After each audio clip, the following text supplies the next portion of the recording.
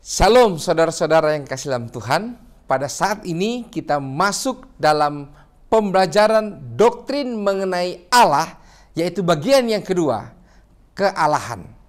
Saudara-saudara yang kasih dalam Tuhan, kealahan adalah satu hal yang tentu dipercaya oleh umat-umat Tuhan sebagai satu doktrin. Namun, doktrin yang seperti apakah yang Alkitab ajarkan mengenai kealahan?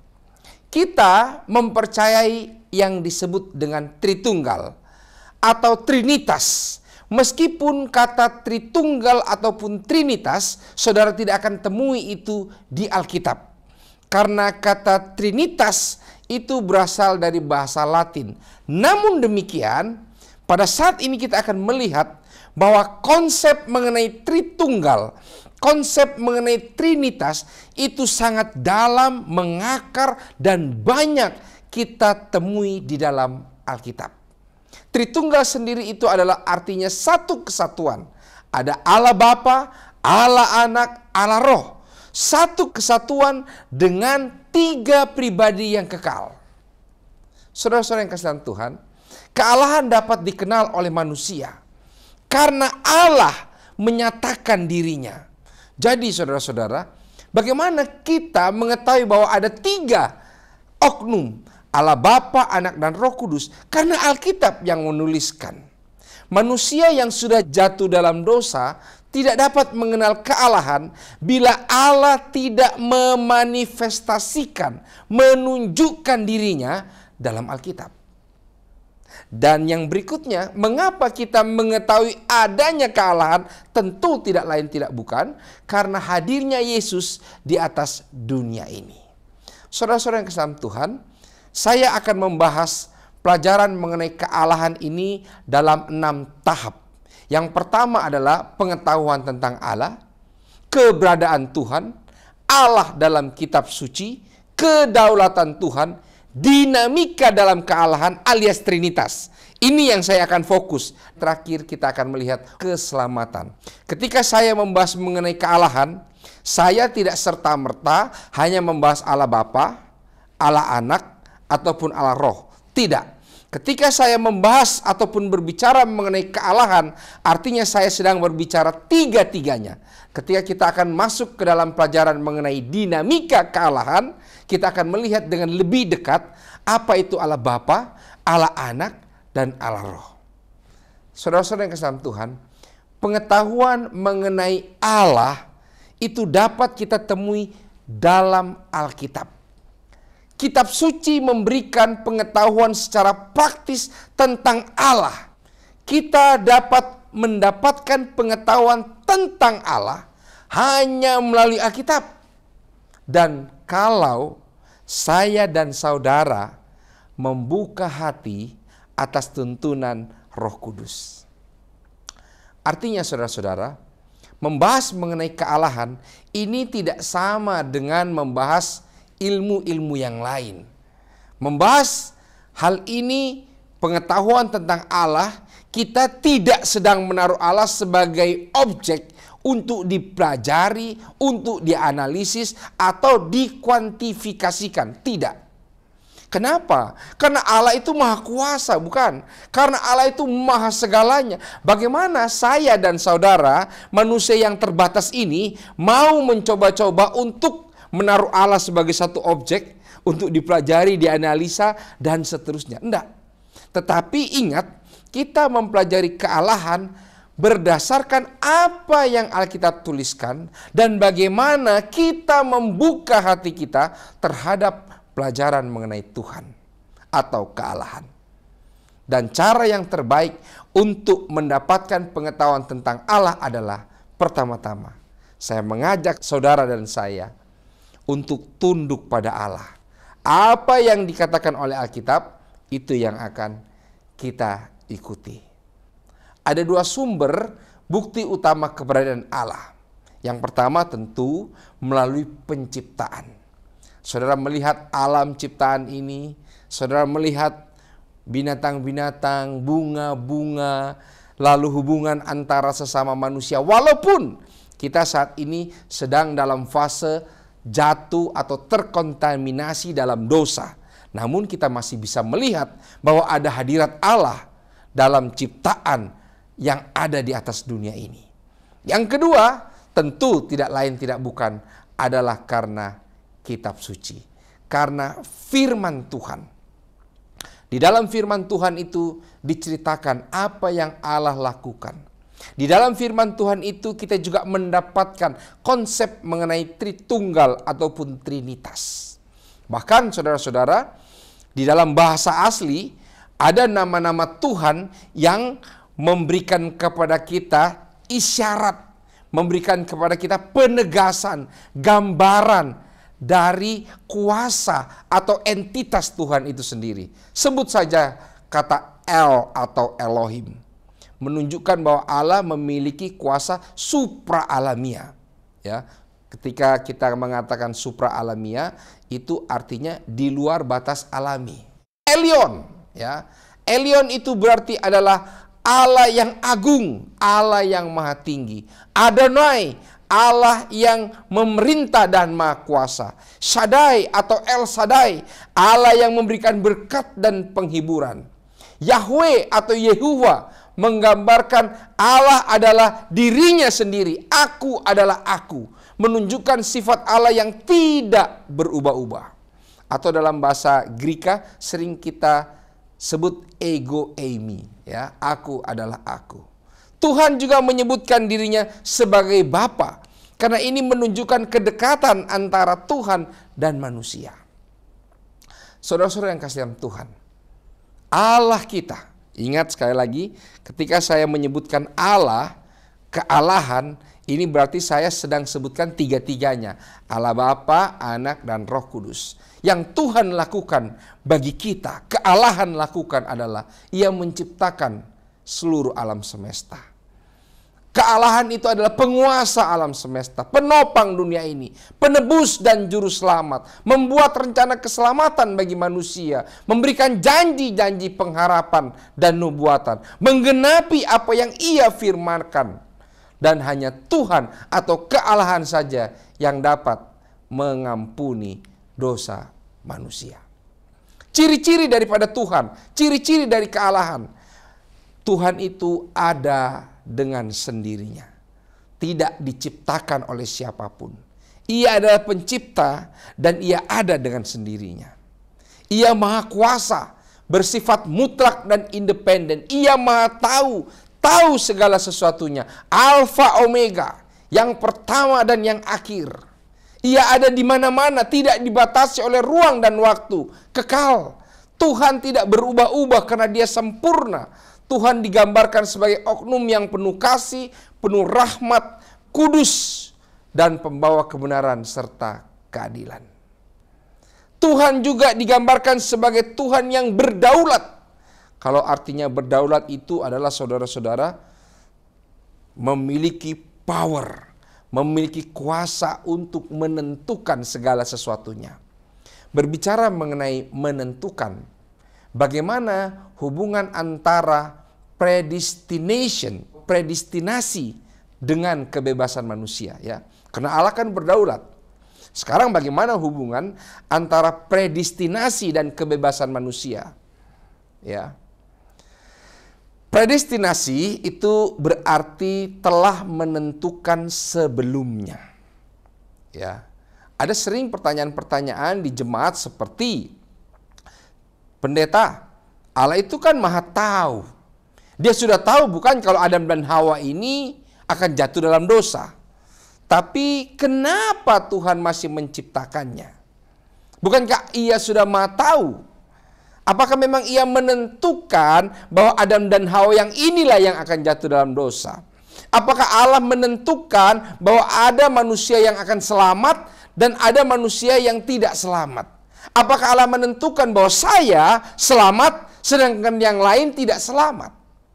Saudara-saudara, berbicara mengenai predestinasi dan kebebasan manusia, Allah mempredestinasikan agar semua orang dapat selamat dan memperoleh pengetahuan akan kebenaran.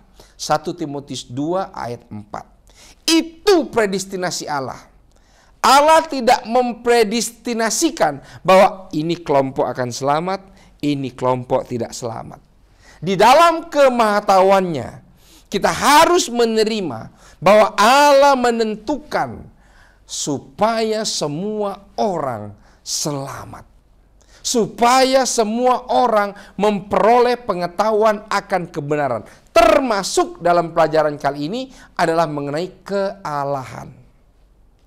Saudara-saudara yang kasih dalam Tuhan, kuasa memilih diberikan kepada umat manusia. Namun pengetahuan itu diberikan sebanyak-banyaknya, seluas-luasnya. Pertanyaannya, maukah kita menggunakan kuasa kita untuk memilih, mempelajari apa yang Tuhan ajarkan bagi kita, termasuk dalam hal kealahan. Perlu diingat saudara-saudara bahwa apapun pilihan kita hari ini, itu memberikan konsekuensi untuk kehidupan kita selanjutnya. Apakah kita akan mengalami hidup yang kekal diselamatkan, atau sebaliknya, kebinasaan yang kekal. Itulah sebabnya saudara-saudara, hari ini dalam doktrin yang kedua mengenai kealahan, mari kita lihat apa yang Alkitab katakan. Setelah kita lihat, kita percaya, kita berserah kepada apa yang Alkitab berikan. Saudara-saudara ingat bahwa Allah itu adalah Maha Tahu. Ya, Allah itu berdaulat. Kemahatauan Allah tidak merusak kebebasan manusia dalam menggunakan kuasa saudara untuk memilih. Ya, ini saudara-saudara satu konsep yang harus kita terima dengan iman dan percaya. Baik saudara-saudara, setelah saudara benar-benar teguh, percaya bahwa Allah itu ada, kealahan itu ada, sekarang mari kita melihat apa konsep Alkitab mengenai Trinitas atau Tritunggal. Saya memberikan judul dinamika dalam kealahan, ya. Dinamika dalam kealahan. Saya sudah menyebutkan bahwa Trinitas memang tidak kita temukan kata Trinitas dalam Alkitab. Tapi konsep mengenai Trinitas itu sangat mendalam dan luas dalam Alkitab. Saya ingin kita terlebih dahulu memahami konsep keesahan Tuhan, ya, keesahan, ya. Esa, ehad dalam bahasa Ibrani, ya. Saya akan berbicara dengan pelan. Saudara yang di rumah boleh mencatat ayat-ayat yang saya gunakan. Tentu saya tidak bisa membaca atau membuka satu persatu ayatnya, karena nanti saudara akan panjang video ini. Jadi saudara boleh catat lalu pelajari di rumah. Dalam kitab Perjanjian Lama, Alkitab mengajarkan mengenai keesaan Tuhan. Ingat, Trinitas atau Tritunggal itu adalah tiga, tapi satu. Satu dalam tujuan, satu dalam maksud. Kalau saudara bertanya, ada berapa oknum kealahan? Ada tiga saudara-saudara, tapi mereka ini satu. Ini yang susah diterima oleh manusia. Sekali lagi, ketika mempelajari mengenai Allah, ini bukan satu objek yang harus kita cacah satu persatu, kita harus evaluasi dan lain sebagainya. Tapi saudara perlu terima, karena memang ini yang ditulis dalam Alkitab. Ada tiga pribadi, namun mereka satu. Nanti saya akan jelaskan dengan lebih detail, tapi saya mau menekankan yang pertama ini bahwa Allah itu Esa, satu mereka. Tiga tapi satu, konsep keesaan terlebih dahulu. Silakan catat ayat-ayatnya. Ulangan 4 ayat 35, Ulangan 6 ayat 4, Yesaya 45 ayat 5, dan Sakaria 14 ayat 9. Ayat-ayat itu menuliskan bahwa Allah itu, kealahan itu Esa. Itu Perjanjian Lama. Perjanjian Baru, silakan dicatat. Markus 12 ayat 29 sampai 32. Yohanes 17 ayat 3. 1 Korintus 8 ayat 4 sampai 6. Efesus 4 ayat 4 sampai 6, 1 Timotius 2 ayat 5. Saudara-saudara, konsep kekristenan akan Tritunggal ataupun Trinitas yang kita kenal dengan Allah Bapa, Allah Anak atau Putra dan Roh Kudus tidaklah merusak konsep keesaan Tuhan baik dalam kitab Perjanjian Lama dan kitab Perjanjian Baru. Sekarang kita masuk ke bagian yang kedua. Nanti saya akan jelaskan. Keesaannya, ingat Allah itu esa. Satu dalam tujuan, satu dalam prinsip dan semuanya. Sekarang kita lihat konsep kemajemukan Allah. Berbicara mengenai majemuk, artinya itu kan lebih dari satu majemuk, ya. Dan kita percaya ada 3 oknum di dalam kealahan. Yang pertama, penciptaan. Kejadian 1 ayat 26. Di situ ada kalimat kita, ya. Ketika Allah menciptakan dunia ini, Dia menyebutkan kita. Itu adalah kata jamak, saudara-saudara.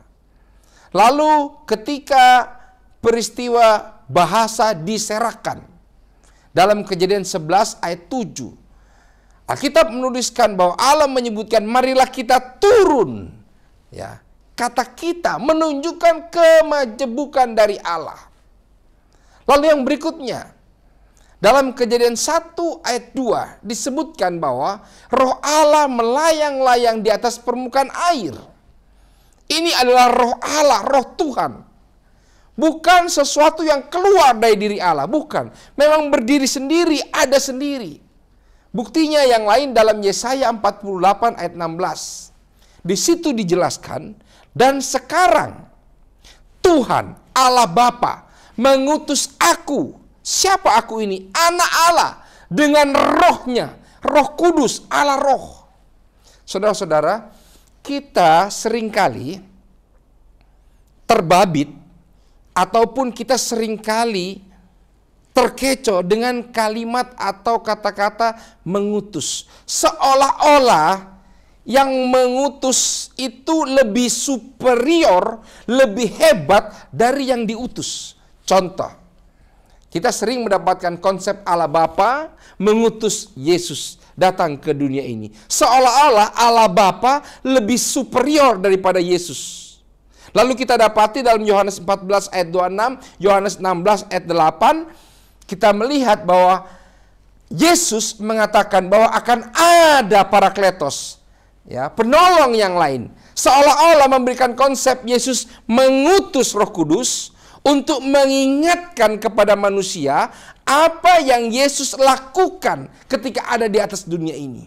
Hati-hati dengan paham ataupun konsep seperti ini. Saya mau katakan, saudara-saudara, Alkitab itu ditulis untuk membantu saya dan saudara mengerti akan kealahan. Tetapi para penulis Alkitab menggunakan bahasa-bahasa yang dapat dimengerti oleh sesama manusia. Namun bukan berarti bahwa karena ada kata mengutus, Allah Bapa mengutus Allah Anak mengutus Allah Roh, seolah-olah yang satu lebih superior dari yang lain. Tidak. Tadi kita sudah baca ayat-ayatnya. Ketika kealahan menyebutkan, marilah kita turun, marilah kita menciptakan. Ini menyebutkan, saudara-saudara, bahwa ada satu kesatuan yang equal, yang setara. Bukan yang lain lebih tinggi daripada yang satu. Tidak. Sama-sama mereka. Yang kedua, saudara-saudara, ini saya mau tekankan baik-baik. Seringkali ada beberapa pembahasan yang saya ikuti mengenai Trinitas, menggunakan beberapa contoh-contoh yang ada di dunia untuk menjelaskan mengenai kealahan. Contoh, bunga. Ya, ini contoh yang bagi saya kurang tepat, bagi saya. Bunga ada mahkotanya, ada tangkainya, ada daunnya. Ya, itu adalah bunga. Tapi mahkota itu bukan tangkai, tangkai itu bukan daun dan sebaliknya. Tetapi kesatuan ini adalah bunga. Oke, dalam satu sisi it's okay. Tapi saudara-saudara, ketika kita menggunakan konsep mengajarkan Trinitas dengan menggunakan hal ini, maka sepertinya tersirat mahkota itu kan lebih bagus daripada daun. Ya, daun itu lebih bagus daripada tangkai. Atau orang akan mengatakan fotosintesis itu terjadi di daun. Ya, kalau tidak ada daun maka tidak ada fotosintesis terjadi. Maka bunga itu akan layu. Atau orang akan katakan, kalau tidak ada batang maka tidak ada yang menyalurkan makanan setelah difotosintesis. Dalam beberapa hal kalau saudara mau menggunakan itu, it's okay. Tapi bagi saya, membahas mengenai kealahan, sebaiknya kita tidak menggunakan contoh-contoh yang ada, alat-alat yang ada di atas dunia ini. Kenapa? Kita harus terima konsep ini dengan iman. Karena itulah yang dikatakan Alkitab. Alkitab mengatakan bahwa ada 3 pribadi. Allah Bapa, Anak, dan Roh. Tiga-tiganya adalah equal. Sama. Memiliki otoritas yang sama. Ingat Matius 28 ayat 19 sampai 20. Ketika seorang dibaptiskan di dalam nama Bapa, Anak, dan Roh Kudus. Jangan lagi saudara katakan, wah karena nama Bapa ditulis nomor 1, lalu nomor 2 Allah Anak, nomor 3 Allah Roh, maka Allah Bapa lebih kuat karena disebut nomor 1. Nah, jangan saudara-saudara. Karena itulah gaya penulisan yang ditulis oleh manusia, para rasul, untuk berbicara kepada kita manusia, sehingga kita bisa menerima konsep bahwa memang ada 3 pribadi, tapi mereka ini satu. Dan kesatuan daripada Allah Bapa, Anak, dan Roh Kudus tidak bisa digambarkan dengan ikatan manapun yang ada di dunia ini. Kenapa? Contoh saudara-saudara. Misalnya kita menggunakan ilustrasi Allah Bapa, Anak, dan Roh Kudus, persatuannya seperti sebuah keluarga. Ya, ada bapak, ada istri, ada anak. Tapi kita tahu rumah tangga hari ini pun ada cekcoknya, ada pertengkarannya, dan lain sebagainya. Maka konsep ini akan bisa melemahkan mengenai kealahan. Jadi sebaiknya jangan menggunakan ilustrasi seperti demikian. Terimalah apa yang dituliskan oleh Alkitab. Memang Allah Bapa itu ada, Allah Anak itu ada, Allah Roh itu ada. Saudara-saudara, hubungan dalam kealahan itu adalah sangat erat. Ingat, Allah memiliki sifat kasih. Dan kasihnya ini erat. 1 Yohanes 4 ayat yang ke-8. Itu tergambar dengan jelas ketika Yesus mati di kayu salib. Menunjukkan bagaimana kasih Allah. Bukan hanya kasih Yesus, tapi kasih Allah Bapa di situ juga ada. Kasih Allah Roh itu juga ada di situ, saudara-saudara. Otoritas kuasa Allah. Otoritas kuasa Allah itu final dalam kealahan dan terletak pada ketiganya. Sekali lagi saudara-saudara, saya berulang-ulang sampaikan ini sampai capek saya saudara-saudara. Otoritas itu bukan hanya pada Bapa.